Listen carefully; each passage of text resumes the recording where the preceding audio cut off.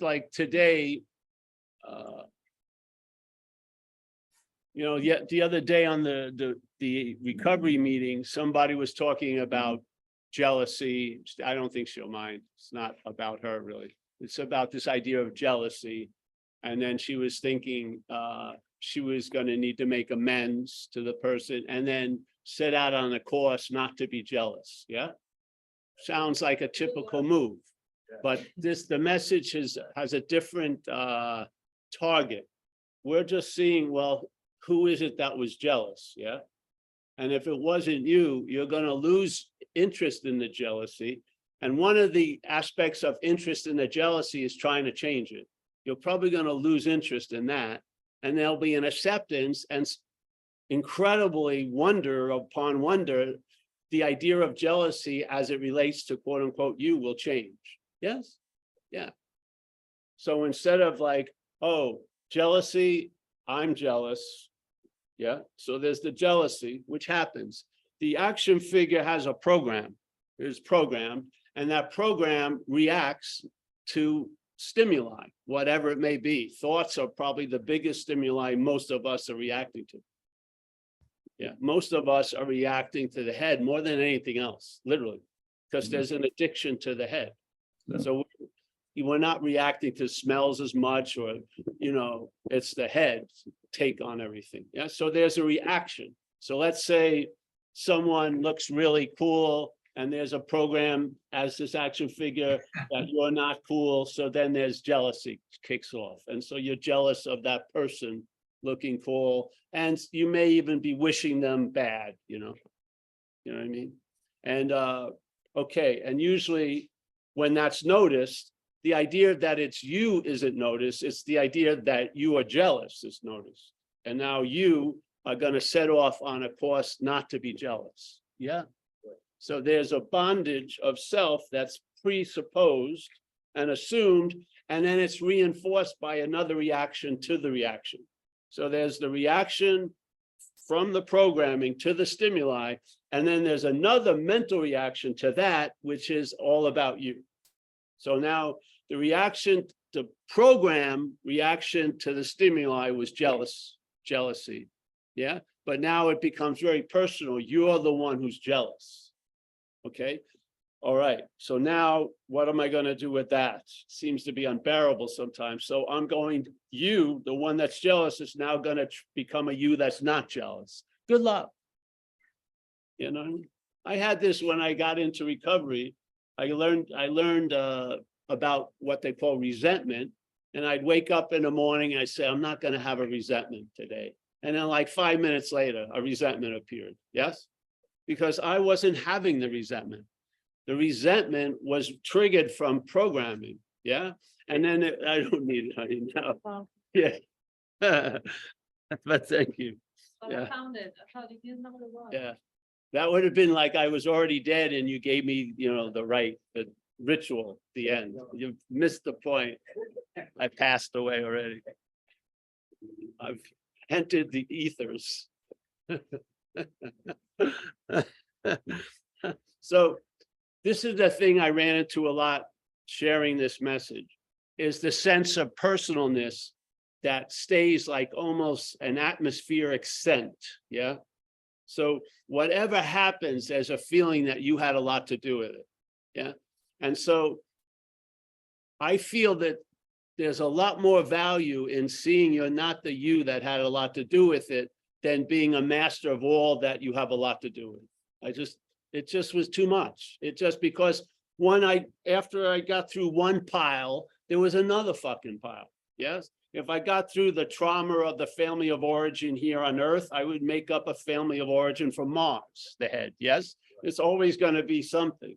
And so instead of following the same direction to the same dry trough, maybe just stop and hear a new idea, which is non-duality, basically, because non-duality doesn't have a lot of weight in jealousy or not jealousy. It has a weight in the sense of being the one who's doing or having or being done to by all this stuff, because the programming is going to react to the stimuli.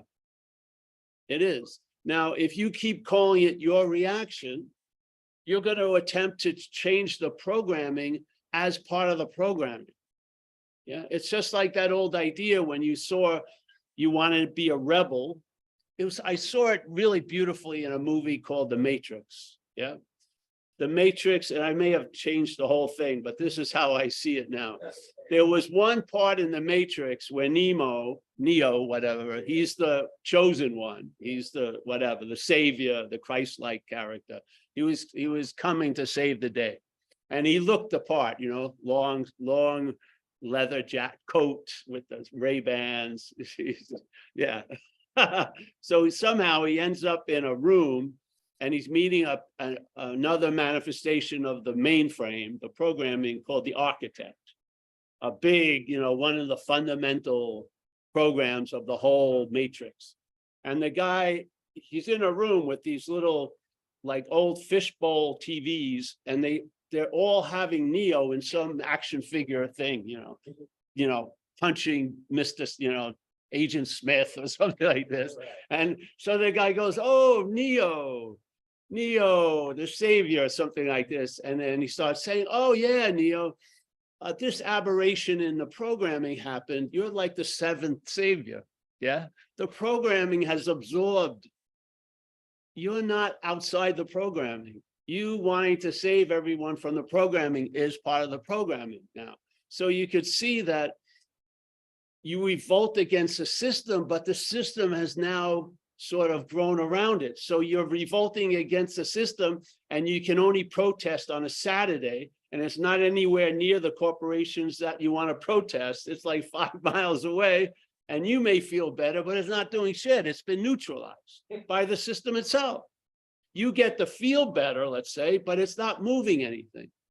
Yeah. So this idea, there's definitely a reaction to the stimuli. This is where I feel you need to see if you have ownership or not. Because if you don't, if you think you have ownership, that shit's going to own you. Yeah. If you feel like the thoughts are yours, the thoughts are going to have you. They'll have the ability to ruin your day. Yeah. By the owning of you. Because if you own them, they own you. This is duality in a sense. One action as a reaction. So you take ownership of something, that something now has a lot of power over you. So now everyone, of course, let's not look at the thinker, let's look at the thinking. Let's practice thoughts. Let's have nice thoughts all day. Yes, but see, nice thoughts or bad thoughts are both reinforcing the thinker. Yeah. There'll be a different climate, yes. There'll be maybe cooler. You'll be in a more temperate zone, but the bondage of self is still the dominant denominator. Yeah, because you are claiming to be the one and the other. So I've had good thoughts and I'm having bad thoughts. You've never had a thought. How about that? Yeah, because I found there's never an end to the seeking relief in the forest of thoughts. You're going to be fucking roaming around with affirming machetes, and as soon as you cut something down, it's going to grow back in another way. Yeah, I saw it. It was frustrating, and after years of having it all turned into blaming you for not have done enough, you should have sat longer. You should have did more penance. You should have purified. You know, it was always the lacking was always put on this, when in fact it's fundamentally lacking because we're misunderstanding. We're starting at a manufactured point, and that manufactured point is giving meaning to everything. And so the stimuli is really just reacting to the meaning that the thing has been given, because there are no things. As Buddhism says, everything is inherently empty. There's a transfer of meaning as we're living. So there's a lot of meaning coming through us and is being given to things. And then those things bite us in the ass, so to speak, with the meaning we've given them. We have no fucking idea of this. We're living on a consequential level, and not even sometimes the blow, you notice it 5 years later. We're so out to lunch. Yeah. We're just getting whacked constantly. And we're just trying to, it's like we find ourselves in the hallway of shit and fans.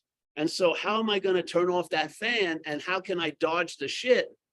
But the thing is, the hallway of shit and fans does not turn on until you enter.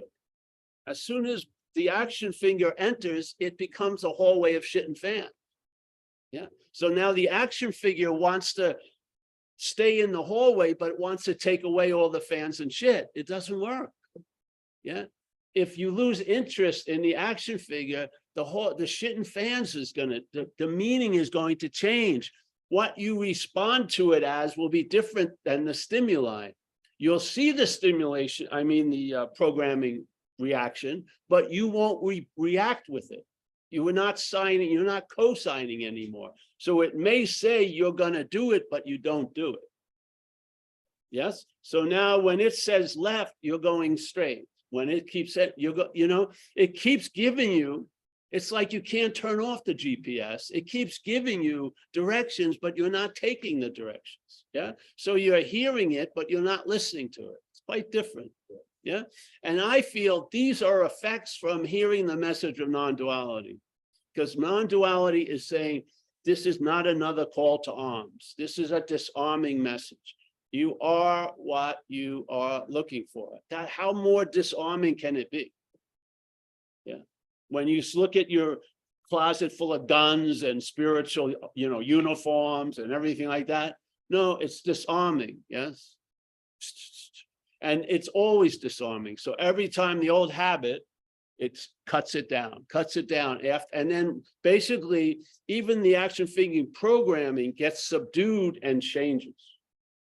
Yeah, the action figure actually changes. It's begrudgingly, but it changes. Yes. So this is the message. The message is you are not going to get it.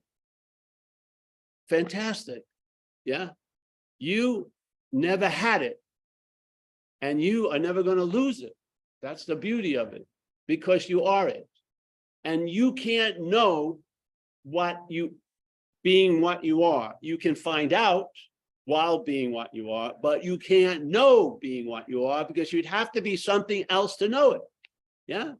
You can't know what you are. You can be what you are and know a lot of other shit. Yeah. This is the fundamental plank of non-duality. And you just keep putting it out and putting it out. Oh, yes, this is sand. It doesn't matter. Just keep putting it out. And then that plank will be seen almost like a diving board. And then you just, and then you go in and now you're swimming. Yes. All that you hope for from all this activity you have now, which is relief from having to have all that activity. Yeah. So the real liberation is from the need to be liberated. That's what you're liberated from. You're freed from it. You're freed from this incredible idea that you somehow, and it's probably because you're really a fuck up, are out of the moment and you got to get back in the moment. Yeah. No, that's over. You can never be out of a moment. That's done. Yeah. And so basically all of its game boards, you shrink. Yeah. It can't use the past as much as it used to. Yeah. Oh, if you would have been a professional surfer if you hadn't gotten run over by a car. But I did get run over by a car. The if doesn't make anything different. Yeah. Fuck it. Should I, could I, would I? It doesn't matter. Why? You don't go down those roads anymore. Yeah. So basically all the interest and attention that was constantly being sent on these wild goose cases doesn't go anymore. It doesn't react to that whistle, the head's whistle. The false evidence doesn't provoke a sense of it's real. So now interest and attention is here, and that's the presence. The presence is undirected interest and attention. Yeah. Why you don't feel present, because it's the interest and attention is beginning sucked up the ass of self into the realm of what's not happening. Yeah. So you are present, but you're present to that. Yeah. So when that which is happening is present to that which is not happening, the not happening can override the presence of what's happening, because the presence, us, is taking it to be real.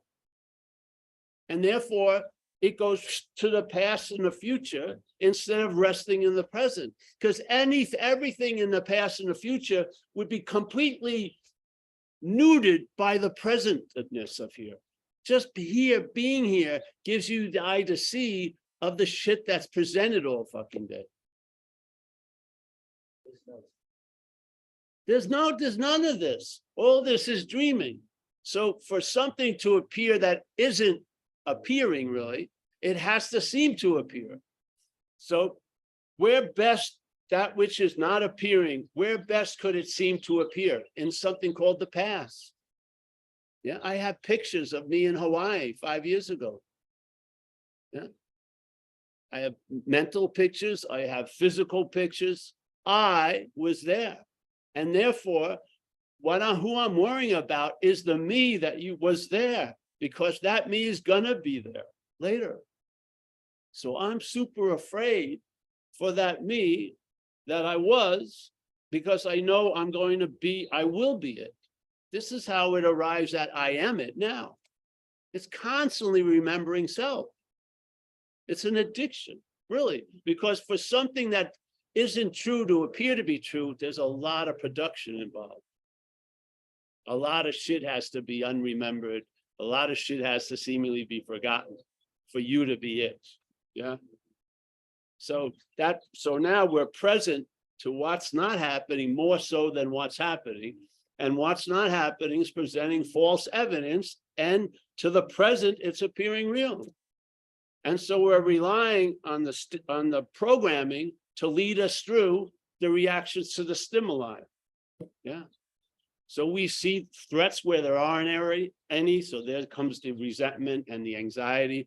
All this shit happens. We're living in a fucking kaleidoscopic dreaming. Yeah.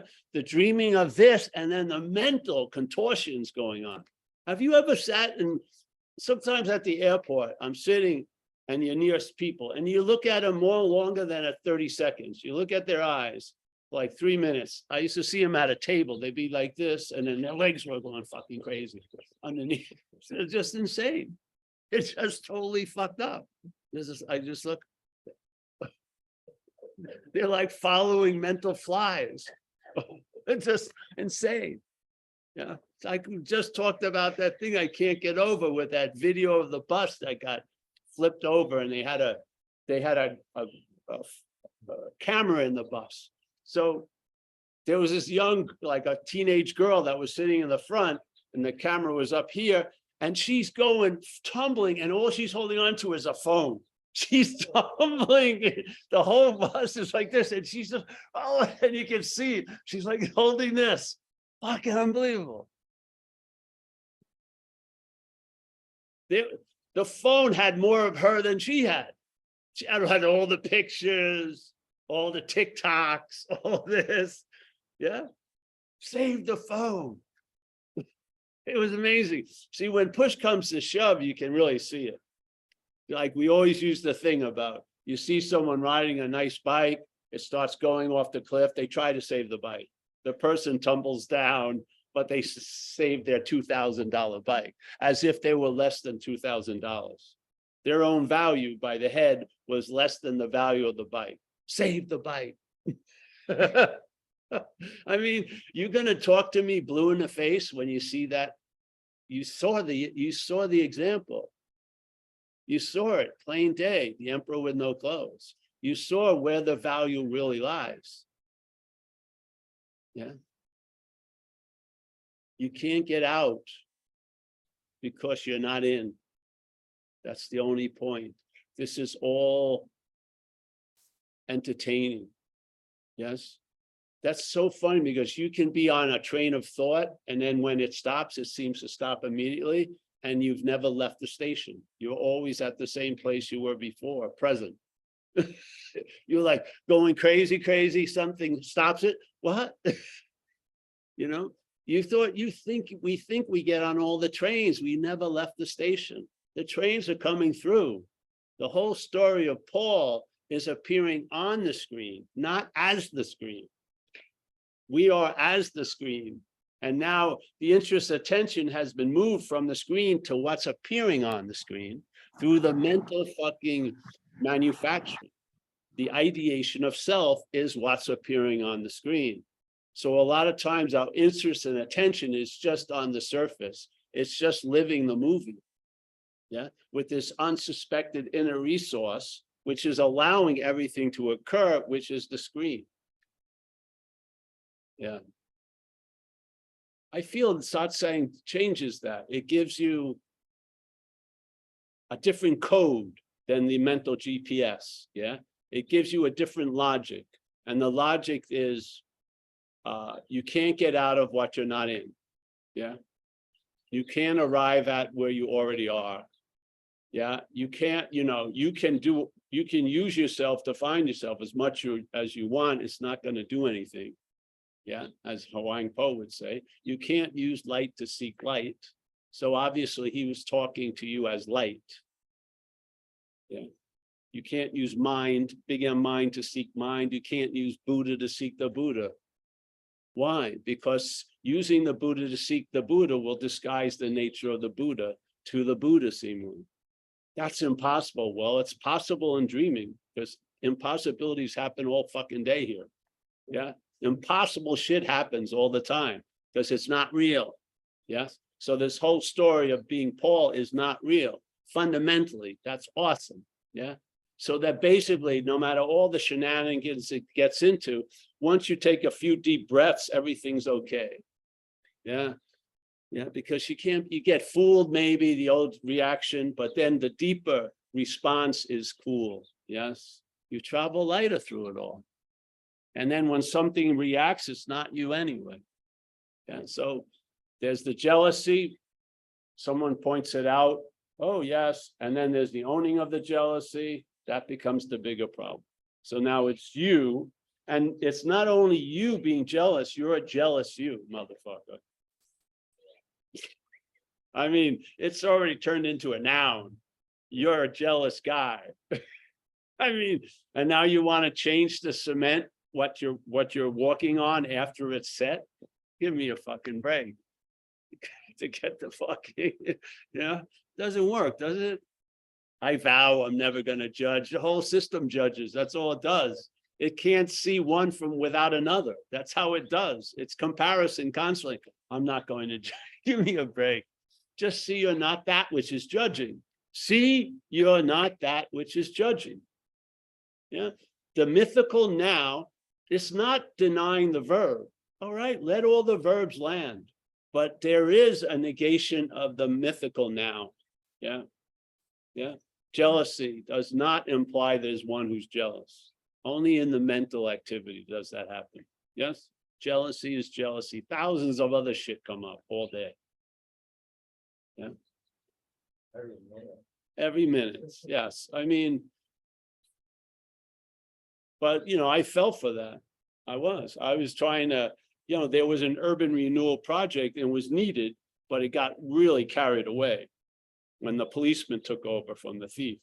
It needed urban renewal, but it wasn't like, fuck, yeah, it went way beyond. And then when I saw self wasn't me. Yeah, this idea of Paul, the ideation wasn't me. It didn't have many appendages. It was just that. It's foreign. Yeah. Then one of the things I observed was my trying to promote myself or get better stopped a lot. Yeah. Yeah. To the point I saw my interest in me being healthy was part of the illness I was under. My head was so obsessed with me being better, it was making me worse. So basically it was like, how to get this thing to go around the corner for more than a half an hour and let life take care of itself. And it's been working for years now. So, all right. Anyone have a question, answer?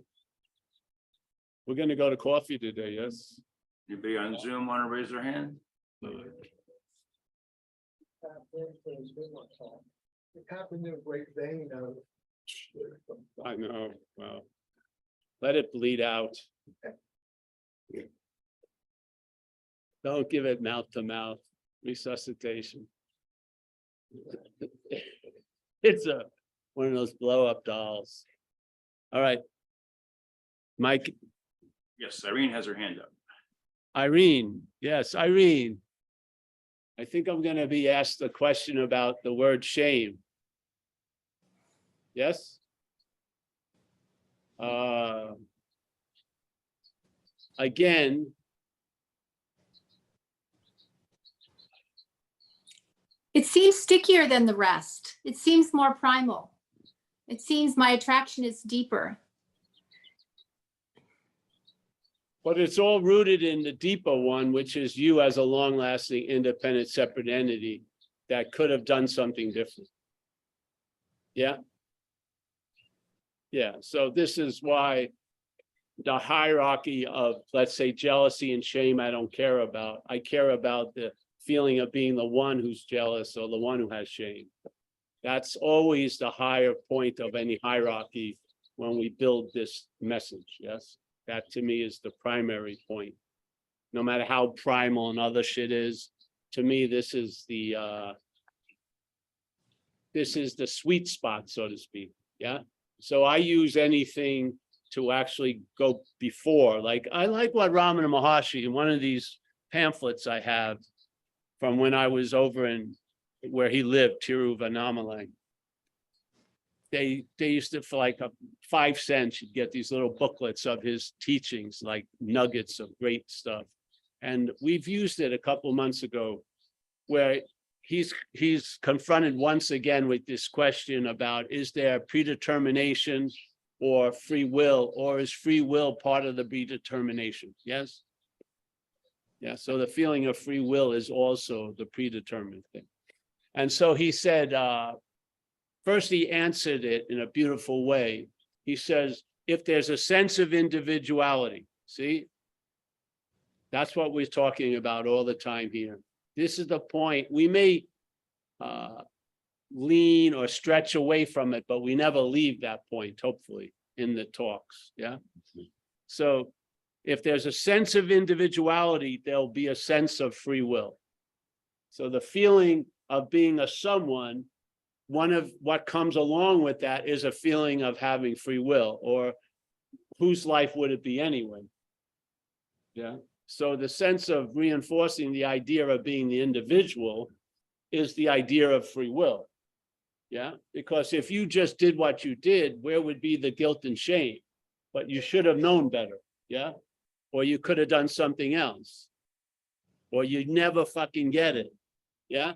So it creates a field day for the head to ideate over this fucking idea of the one who's guilty or one shameful or the one who has free will and I should have did something. So he has it down perfectly.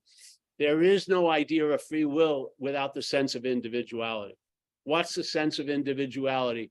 The feeling that when anything happens, I'm the one who's doing it, or I'm the seer, I'm the hearer, I'm the feeler, and I that's doing all that is a body, a long-lasting, independent, separate thing that has free will and determines its own life.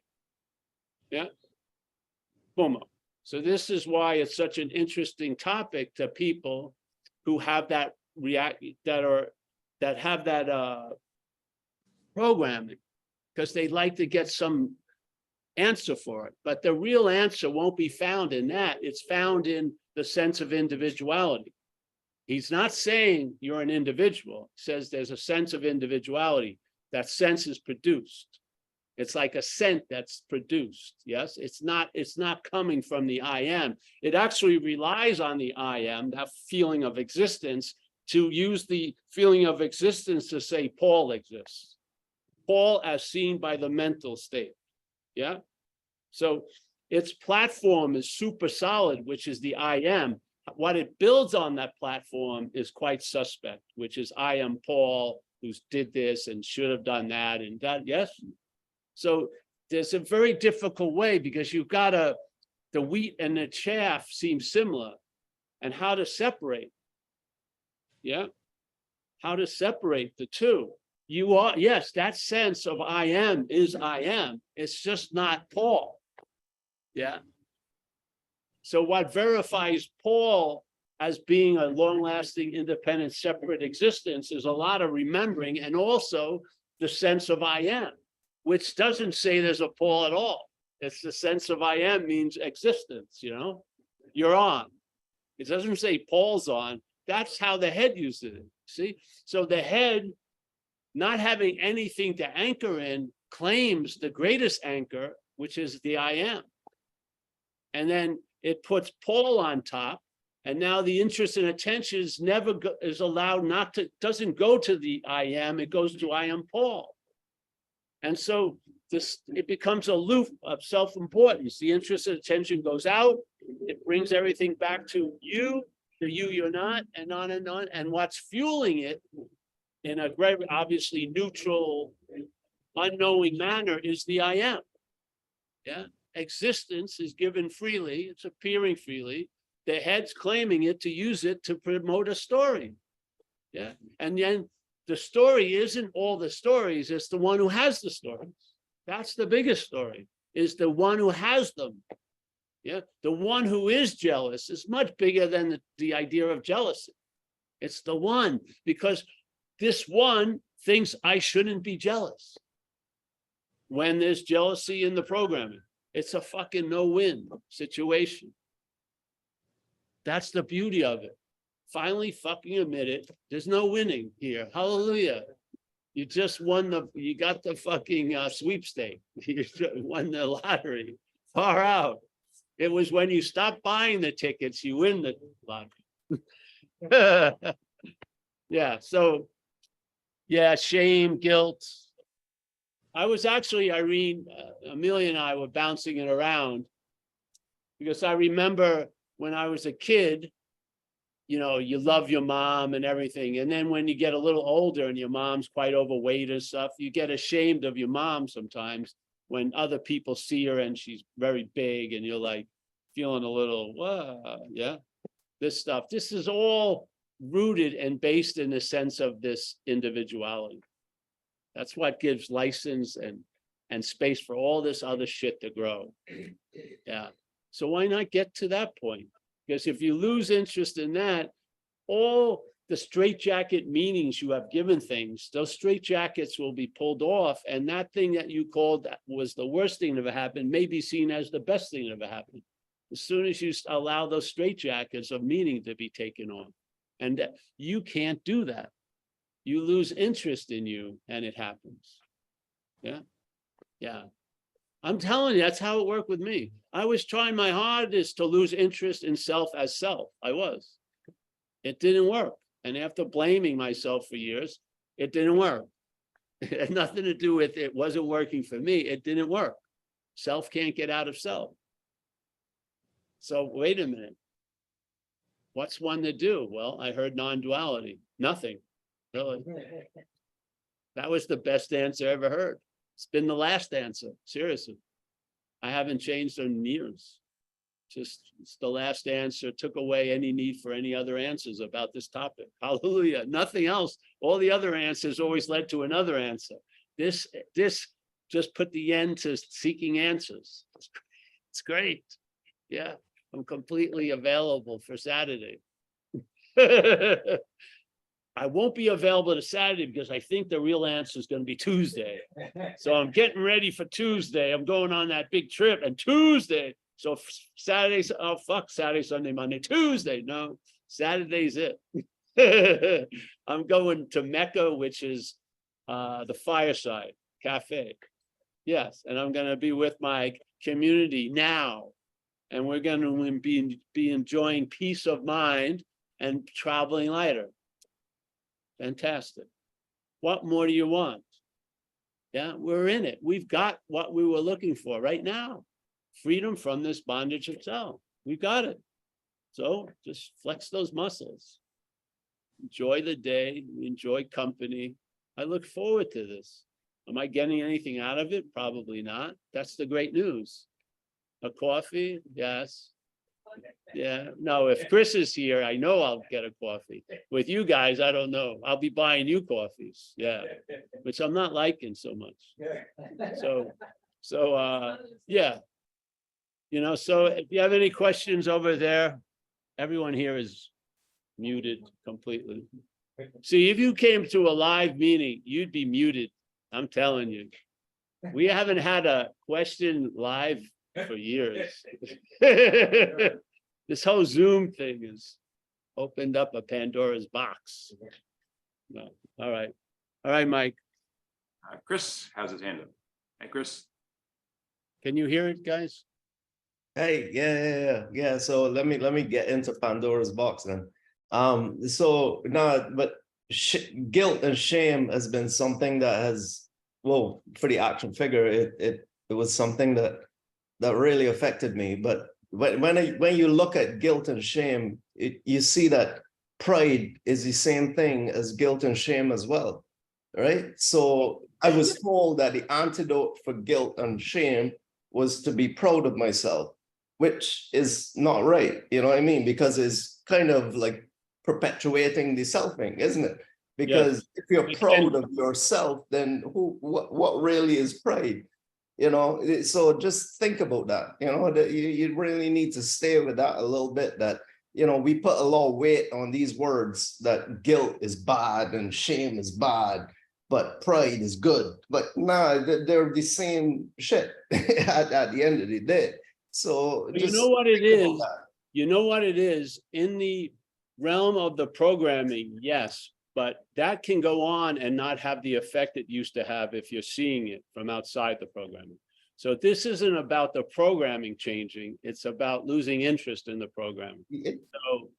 So the pride will arise, and it's unbelievable. I've seen pride, the producing of pride, be very valuable. So you'll see when the mental state isn't that which is giving all the meaning to everything, yeah, a lot of things that got bad raps start delivering some goods. Yeah. No, it's super interesting, right? Because it shows the claiming, right? That the mental state is kind of claiming everything. Yes. You know? But it's not good and bad. It's just like it just this isness, suchness, you know. I don't know what they call it in Buddhism or anything, but suchness, right? It's just is, you know. Yeah, it's cool. Yeah. You use different ways to present it. So there is a distinction because there's verbing and then there's a mental nouning. Yeah. And after a while, all day you're at the effect of the verbing and you get a feeling of it. And when you have hear an understanding about the noun, you'll see the difference of how it feels. The noun is like a rock in the water, and the verbing is like the water. Yes, it's something, it just, but without any, when it's, the rock is super emphasized, the noun is super emphasized and the verb is under, you can't recognize the two currents, yeah? Because you have it already in a biased way. But when you start questioning the noun and then you feel the two currents of living or an interpretation of life, it's distinct. You'll feel a big difference in it, yeah? And you'll start recognizing when the head is trying to formulate a noun out of what's happening. And then you can just greet it with, I'm not that. And it doesn't have to be stated. You're in the habit of seeing it as not that, yeah? Just like you're in the habit of seeing all these thoughts as yours, that's now changed. You're seeing the thoughts as not yours, yeah? I don't say every thought, mine, mine, mine. I have a feeling that they're mine. Yeah, the same thing after hearing satsang, you're not going to be going, not mine, not mine, not mine. You're going to have a feeling that they're not yours. A feeling, it's be established. You don't have to do anything about it. It's use, which is always available because a lot of shit's not you. It will get, the muscle will be used all day. Yeah. And after a while, it's not said like, not me, not me. It's just, it's a knowledge that it's not you. Yeah. This knowledge doesn't need so much effort because it's based on truth in a way. So a little bit of knowledge goes a long way because there's a whole lot of truth to it. Yeah. Knowledge without truth, it can be fucking reams and reams of fucking evidence and all this shit. This is simple. There's the knowledge, and then there's a huge thing called truth. And matching those two brings like a sense of abidance, let's say, that doesn't need to be reinforced or maintained. because you're using the muscle all day, seeing a lot of false evidence as false evidence. And actually, not even that, seeing that which is imaged by listening to the false evidence is false evidence. There isn't the thing is not what's perceiving. It's just that simple. Yeah, you can say tons of shit, but when you get to the bottom of it, that which can be perceived cannot be perceiving, as the great Huang Po gave us. Yeah. Yeah. Yeah. Now sit on that for a while. That's beautiful. And just one last thing, Paul, I'm sorry, because you were talking about truth. And I'm sorry if this like triggers anybody or anything like that, but apparently like Hitler in Mein Kampf, right, his book, he wrote that the only difference between, well, what he was saying is that a lie is only a lie because it wasn't said enough, right? Yes. So what he's saying is that if you say a lie enough, it becomes true, right? And just think about that, right? Because that's the thought system. The thought system is just lying to you, lying to you, lying to you, lying to you, lying to you, and then you think it's true, right? And nah, just stay with that a little bit, right? You know, that possibility is completely based on the condition we're in, which is dreaming. Yes, the dreaming allows that which isn't true to appear to be true. Yes. So false evidence can appear to be real in dreaming. There's an aspect in the dreaming which isn't dreaming, which is us. Yeah, we're the act of dreaming as the manifestation of what we are, but we are that stillness and quiet. Yeah, that suchness, that before suchness. Yeah, and that is where you can see false and true from. Yeah, but of course, in dreaming, anything goes. And of course, they say now with the internet that a lie travels much faster than the truth. Yeah, when they're trying to get it out, it goes much, much faster than the truth. The system itself that we use for the internet and everything mimics the head in a way. It has a bias. The algorithm likes violence, likes fucking drama, likes you know, fucking chaos and agitation. So if you're following it very, you know, could be innocently, the feeds you're getting are directed. They're not just like random snowflakes, they're directed. Algorithms are directing what you're being fed as the action figure. This is the way it goes. Yeah. So false evidence begets a lot of false evidence. False evidence appearing real begets a lot of false evidence appearing real. That's what I humbly believe. Why not just go here before you get sucked into there? Just go here and see if this is true. Yeah, it's simple. It's right, always available at all times. You can just look in and everything is revealed. Yeah, but yeah, so yes, it's again, the head, if you look at the thought system happens now, but its value is in yesterday and tomorrow. How much more do you need to learn about the thought system to come to a point that for your usage, it's failed because you're here. And it's talking always about you were here and you will be here. Yeah. You don't need too much messages while you're here. It's self-evidence. The I am, the existence is all, it could be called a radical basis, but it's pretty sound. The idea of existing.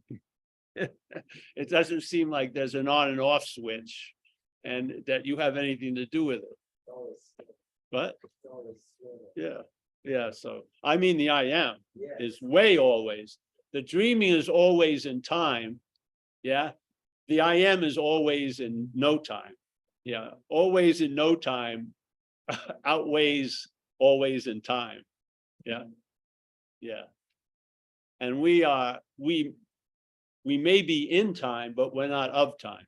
We are of that timelessness. So that foot can lend direction to the foot that's in time. That foot that's of timelessness can be very influential to the other foot. Yeah. So yeah, thank you for that, all that share.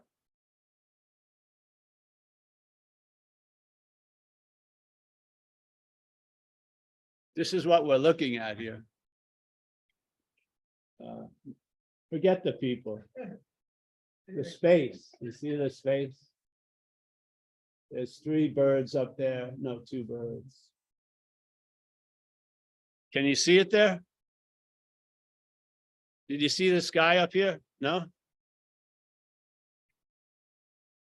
Forget these clouds, forget them. They're coming and going. In my head, they'll be dispersed as soon as I don't see them.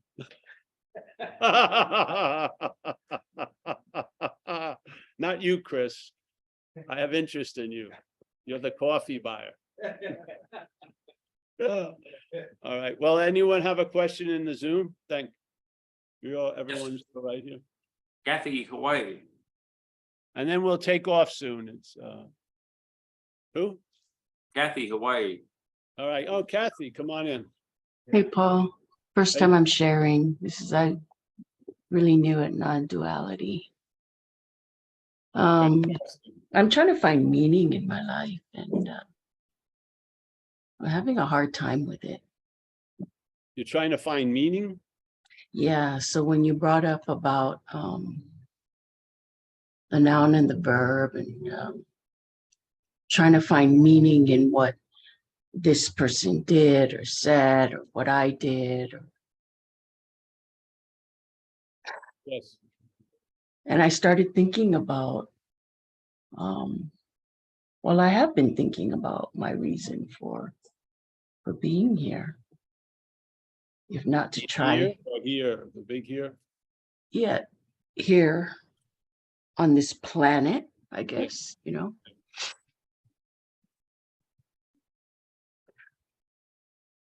So I don't know what I'm asking. I just wanted to share my heart with the group, and I thought I would find it getting clean and sober. And to some extent, maybe I did. So I guess I'll be more specific, and I don't know if this will shed any light on what I'm trying to say or what I'm not saying or whatever, but you know how in the Bible, Jesus said, those who seek to save their lives will lose it, but those who lose their lives for my sake will find it. I remember hearing that when I was a child, and I always wondered what that meant, you know, and I think I put my own twist to it. I put my own twist on it, but I know that my self-will in my alcoholism, I was trying to find my life it felt good when I was high. I just didn't like the consequences, you know. So that's all. I don't know if that makes sense. I'm probably spinning in my own crap, but No, it's great, honey. Yeah. And just, I think Saint Francis says in one of the prayers from him, it's in self-forgetting that you're reborn. Yeah, something like that. So the self-forgetting is like losing interest in self. Yeah. But see, self can't forget self. This is the thing. Before you lose interest in self, it's good to have an understanding of the mental activity of claiming everything. Yeah. Because if you don't see that, you may be looking from it when you're trying to lose interest in self. It may be self claiming to be the one trying to lose interest in self. It's just good to know, because if you don't know it, you're going to be looking from it. Really. It's going to be like an open air disguise. It's going to be right out in the open. You can get super clear and not be clear about that. So I'm just giving you something that I learned, and then I just put words to it from going to satsangs, which is, and there was a famous guy who was an alcoholic, a Tibetan dude who wrote a book. What was, remember his name? Rinpoche. Yeah, Trungpa Rinpoche. He had a little trouble seemingly with the liquor. And, or people had trouble with him with the liquor. So he wrote a book called Cutting Through Spiritual Materialism. And the first paragraph in the book was, first thing you need to know, but he used the term ego, that ego is going to take advantage of anything it's brought into contact with. Yeah. It had a big effect on me because I felt like he was describing an ongoing scene of a crime I was in. Yeah, it did. I didn't know what was going on, but he gave it a name and it seemed to capture that which I was feeling. Yeah, and then that made a big impact on me. And then I just did what I was doing. And then I saw in my own sense that this mental activity, not you, it's a mental activity. You're not doing the mental activity. It's a mental activity that whatever it's brought into contact with, which is through us, consciousness, you want to call it, it's going to claim. It doesn't matter what it is, it's going to claim it and put it to use to reinforce a story that it's selling. Yeah. So, and it's not volitional. You're not choosing that. You're not doing it. It's happening and you're taking yourself to be the product, really. And so it sells you this idea that you were the doer of something. And then, all right, it presents you. So here's the something. There was some doing, or there was doing, and then there was a claiming of that. And then there was the product that it must be a you that was doing it. Yeah. So it sells you that. And as soon as you buy it, that you gets presupposed before everything. And now it's not only been the doer of this, it's the doer of everything. Yes. It's a real maneuver. It's a magic trick in time. That's why it has to have dreaming. So something that isn't there is implied to be there by the claiming of what was happening or is happening. And then that phantom possibility is seen as a noun, and that noun is the doer, not only of this doing, but all the doings that are ever going to be noticed by the mental activity. Yeah. You're not doing it. I'm not doing that. Selfing is generated not from us. We're not planning it. We're not choosing it every day. We're under its influence, so to speak, because we're like a neutral force. Yeah. We can be moved this way, that way by whatever's moving us. Yeah. So the key is not the faith. The faith is a force that we are. It's what it's put in. So in recovery, we have a very dualistic view of it. And it says perhaps as an action figure, when the action figure is dealing with these things that are going on, it's presented as perhaps there's a better way. So the one way is what? Trusting finite self. And the other way is trusting the infinite. That's it. Yeah. So basically, what happens when you hear that? You don't rush to trusting the infinite. You question, hey, recognize the trusting the finite self, because that's what's been actually going on.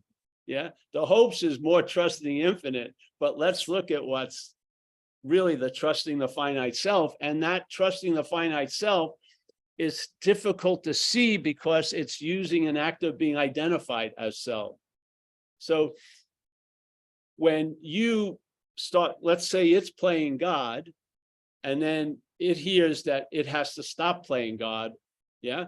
It sets off on a course to stop playing God. That's playing God. Yeah. So self can't get out of self.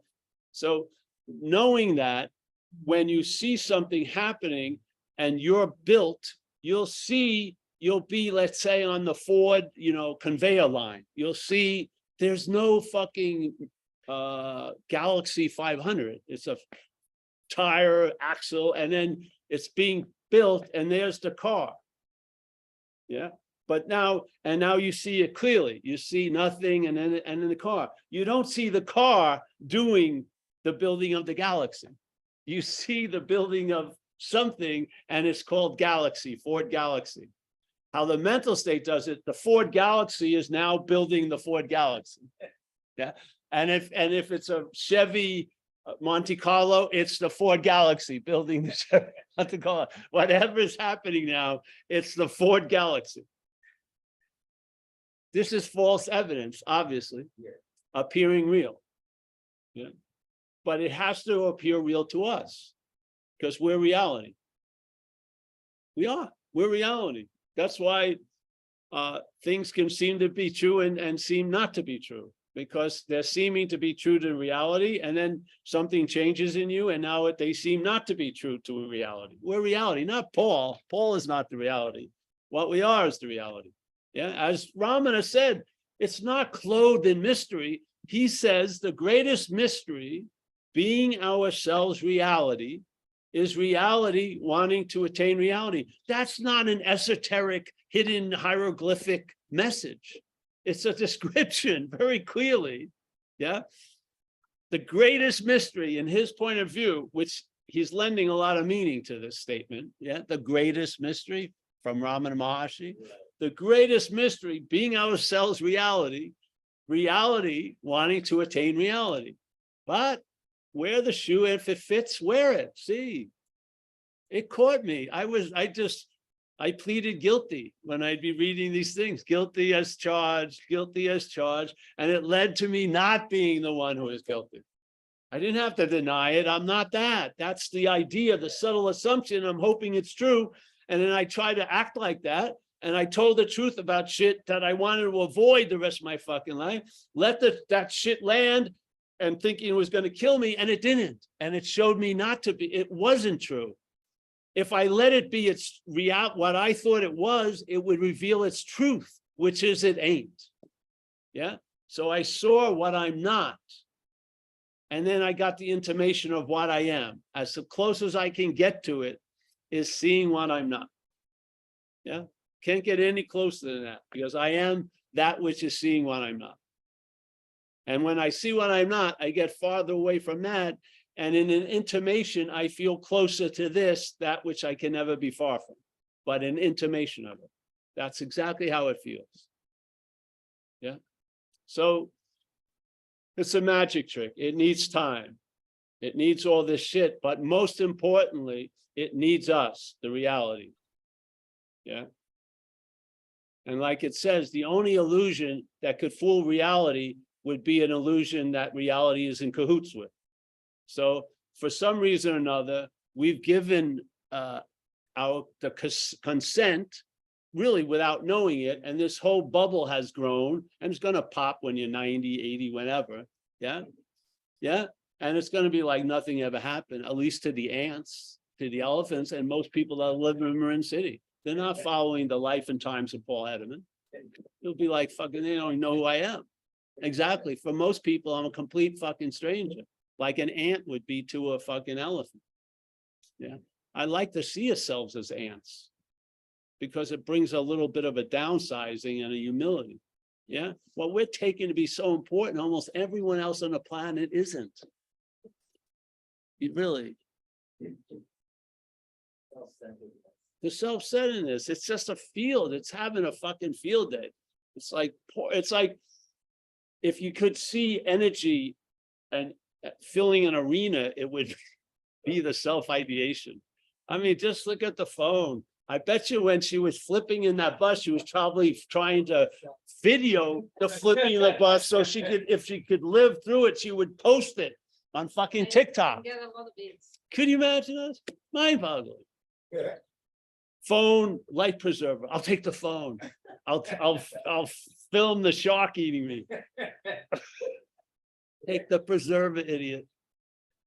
I don't know. It's crazy. All right. Thank you. I think we're going to end now, unless there's any more questions. None showing. Well, I want you to keep talking, so. There's YouTube. Just plug it in 24/7. You'll be asleep. I've been listening to your old audios, and it's like something just goes bing, you know, these different points that you talk about. And you've already been talking about this, but I'd love to hear you talk more about the mental state, is just talking about the past and future to build up the imagined Yes. self. Well, you just talked about it. I Yeah. know, but you riff on it for me, please. Oh, like a performing animal. Like a exactly. All right, all right. Well, the thing I thought we ripped on a little earlier, but yes. If something is implied to be so, but isn't, it has to be implied a lot, yeah? Yes? If something isn't so, for it to appear to be so, has to be implied quite a lot. Or there'll be big gaps where you'll see it's not so. So basically, it doesn't have enough going on in this moment, so it made up the past and future. So that it can get obsessed around you in the past and get obsessed around you in the future. So there's, both of them are remembering self. When you're worrying about you as in the future, that's the act of remembering self now. And when you're going over what happened to the self in the past, that's remembering self now. They're both vehicles to remember self. Yeah. So self, because it isn't here, it can't have a say. It's not an influence right now. It has to be remembered. What is doesn't need to be remembered because it can't be forgotten. It is. Yeah. The head is forgotten quite a lot when you're doing something you love. Let's say you're surfing and you catch a nice wave, or you get stopped by a sunset, or you get stopped by the wind or a hummingbird. The remembering of self gets stopped fucking quite a lot. And therefore you're free at that moment. Yeah. As you already are. But in this moment of time, you're free. You're free from self. Yeah. What happens is time continues and it's remembered again. And then it claims and tries to cover up its absence. You can see it. You can just a simple example. You're on a beautiful wave, everything else, and then you're coming out and you hope somebody saw you catch the wave. Yeah. You want to be the one who caught that big wave. It's just natural, not natural. It's just the system. So, but what was on that thing that wants to claim the wave wasn't on the wave. You weren't remembering it at that moment. You were engaged. When you're moving down a face of something that can squish you badly, you're not like thinking about yesterday or tomorrow. You're fucking in the moment, riding something that's got some fucking huge power. And so there you go. Then time continues. You're not always in the water. And when you leave the water, it starts remembering you as the surfer. Yes. And then you start going in the water thinking a wave is your wave, and fucking a lot of aggression happens in the water. Hey, that was my wave. And you're going, wave, wave. They keep coming. That was yours? I couldn't recognize it. I didn't see your name on it. That was my wave, you know? So yeah, the head gets into it. It's just the way it goes. So yeah. So the idea, the head, it's not you. This is the whole point. We are what they call in spirituality, witnessing the mental activity. The mental activity is claiming that we're someone. We're not claiming that.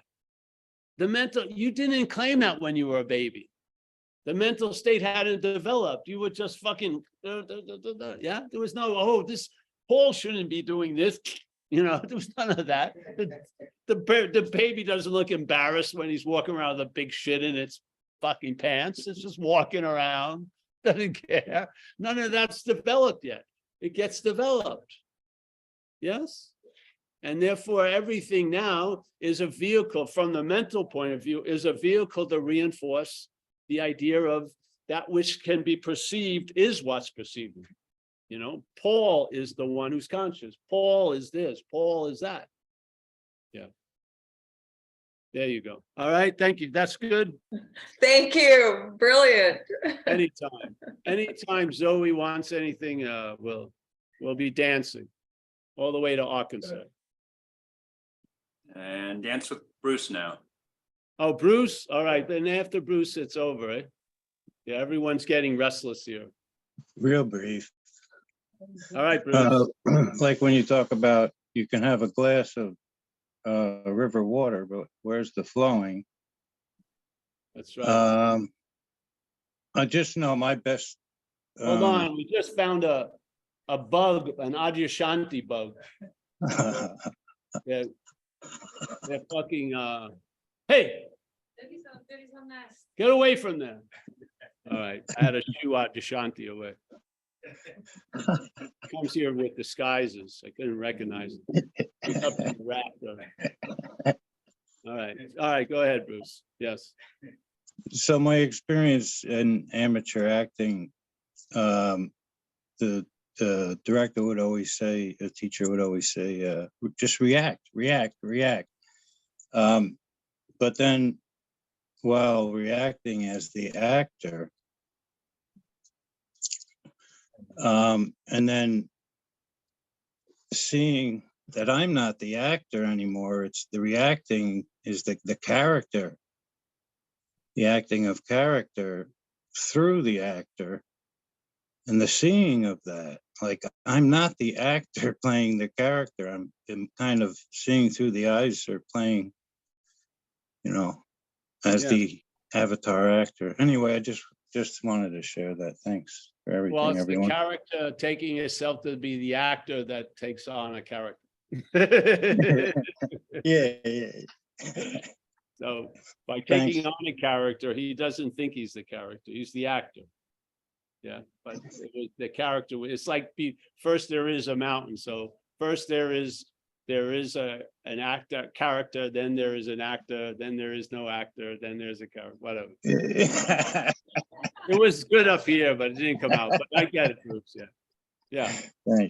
Thanks, everyone. You have wow.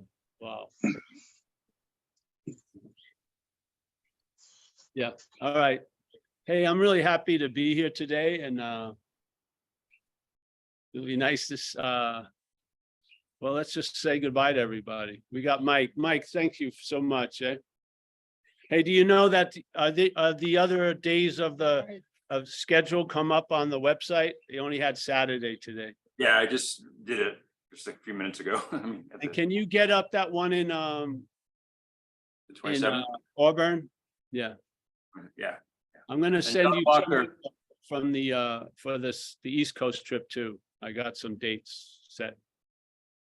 And John Walker had to retire, and he sends his love to you and all.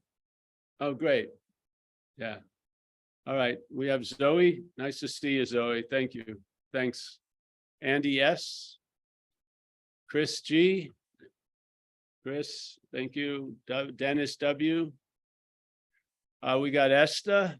Nice to see you, Esther. All's well, I hope. Yep. That's good. Tariq. I'm coming to Dover, so get your ticket by the 11th, June. Yeah. Jay. J.A. Yeah, I think Jay has for the people that may be interested, he has beautiful music. Yes, can you describe it a little, Jay? Yeah, I just released some new stuff actually. I use a multi-looper and I do all these different kind of chants from all over the world, like styles of chanting, and I layer them all up to make these big soundscapes. But if you just search my name, Jay Andrews, on Spotify or something, it's all on there. Oh, great. Yeah, fantastic. Jay Andrew. Yeah, check it out. Thank you.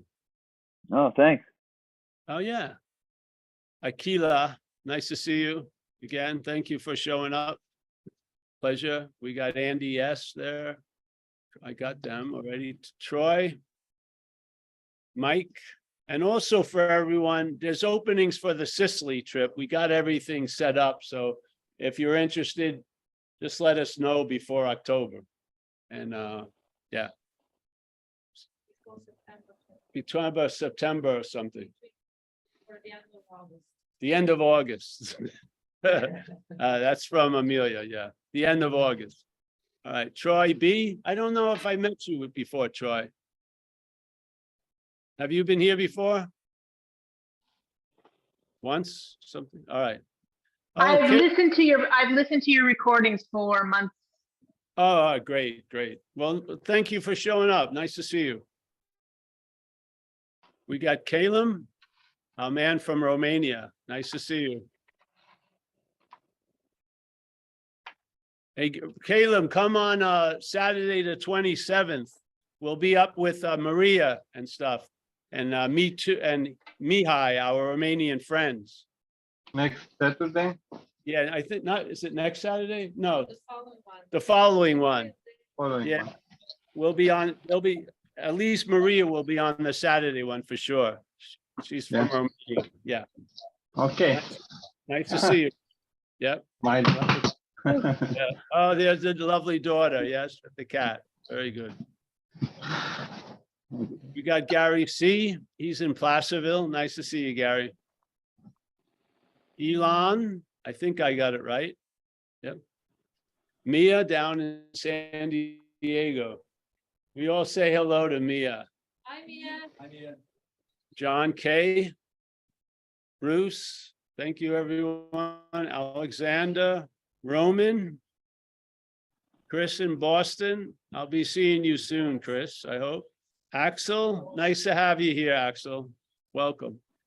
Rob, Massachusetts. Kathy in Hawaii, very welcome to Kathy. I'm happy you're here and thank you for holding the space with every one of us. Yes. Let's see, we've got Kathleen M. Kathleen, you're coming to Sicily too, eh? Yes, I am. I'm excited. Great. All right. We got Suzanne M. She's nice and chilling. Kathy again. Yeah. Keith, Portland, Oregon. Richard H. Richard, I hope to see you up there. We'll be up in Auburn Saturday. Sounds good. Yeah. We got Al B from Vegas. Sally, nice to see you. Shannon Corkery. Jimmy R. Hey, Jimmy, thanks for dropping in. Tommy, Andrew, Alan O. I think I got everyone. Hey, thank you so much for the day. Appreciate it.